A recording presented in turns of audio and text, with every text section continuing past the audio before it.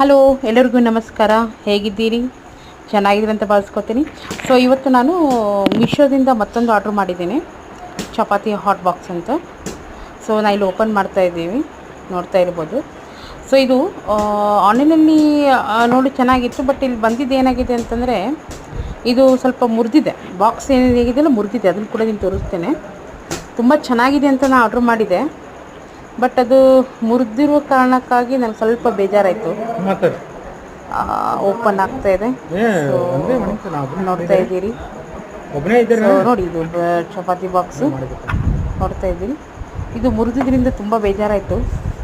ಇಲ್ಲಿ ನೋಡಿ, ಇದು ಒಳಗಿನ ಡಬ್ಬಿ, ಅದರ ಮುಚ್ಚಳ ಏನಿದೆಯಲ್ಲ, ಸೊ ಅದು ಮುರಿದಿರೋದುಂಟು. ನಿಮ್ಗೆ ತೋರಿಸ್ತೀನಿ ನೋಡಿ ಕ್ಲಿಯರಿಟಿಯಾಗಿ.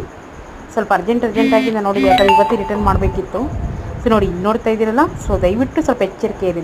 Thank you. ಸಬ್ಸ್ಕ್ರೈಬ್ ಮಾಡಿ.